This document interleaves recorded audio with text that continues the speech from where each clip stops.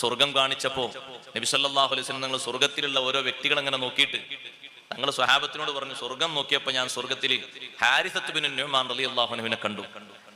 ഹാരിസത്ത് bin Nu'man റളിയല്ലാഹു അൻഹുവിനെ സ്വർഗത്തിൽ ഞാൻ കണ്ടു. എവിടെയാണ് ഹാരിസത്ത് ബിൻ നുഅ്മാൻ നബിയെ? ഫിർദൗസിലാണ്, സ്വർഗത്തിലെ ഫിർദൗസിൽ. അത് പറഞ്ഞിട്ട് തങ്ങൾ പറഞ്ഞു, കദാലിക്കൽ ബർറു കദാലിക്കൽ ബർറു കദാലിക്കൽ ബർറു കാന അബർറ ബി ഉമ്മിഹി. ഹാരിസത്ത് ബിൻ നുഅ്മാൻ റളിയല്ലാഹു അൻഹു ഫിർദൗസിൽ എത്താനുള്ള കാരണമാണ് പറഞ്ഞത്.